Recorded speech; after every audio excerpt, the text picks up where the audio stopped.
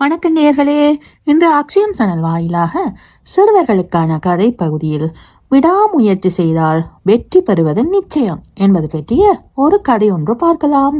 ஒரு நாள் எறும்பும் பறவையும் தங்களுக்குள் ஒரு பந்தயம் வைத்துக் கொண்டனர். யார் முதலில் சென்று அந்த வான் உயர்ந்த மலையை தொடுவது என்பதுதான் இருவரின் பந்தயம். பறவை எறும்பை பார்த்து ஏளனமாக சிரித்துவிட்டு மலையை நோக்கி பறந்து சென்றது. வெகு சீக்கிரத்திலேயே பறவை மலையின் உச்சியை தொட்டுவிட்டது. மலை உச்சிக்கு சென்ற பறவை மேலிருந்து கீழே இருக்கும் எறும்பை தேடியது. அப்போது எறும்பு மலையடிவாரத்தில் இருந்து பாதி தூரத்தை கூட கடக்கவில்லை. எறும்பை பார்த்து பறவை கூறியது, எனக்கு முதலிலேயே தெரியும், வெற்றி எனக்குத்தான் என்று.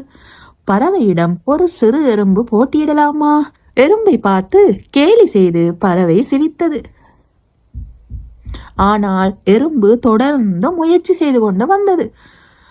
சிறிது தூரம் ஏறுவதும், பாறை வழுக்கி கீழே விழுவதும், மறுபடியும் முயற்சி செய்து ஏறுவதும், மறுபடியும் தடக்கி கீழே விழுவதும்.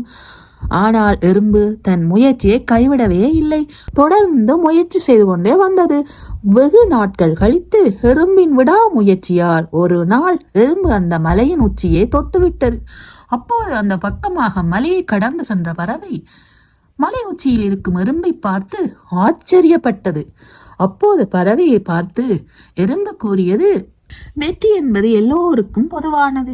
சிலருக்கு சீக்கிரமாகவே கிடைத்துவிடும், சிலருக்கோ தாமதமாகவே கிடைக்கும்.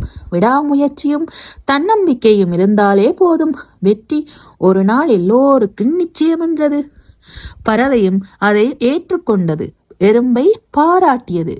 என்ன குழந்தைகளே, நாமும் தோல்விகளைக் கண்டு துவண்டு போகாமல் தொடர்ந்து முயற்சி செய்தால் வெற்றி என்பது கட்டாயம் கிடைக்கும்.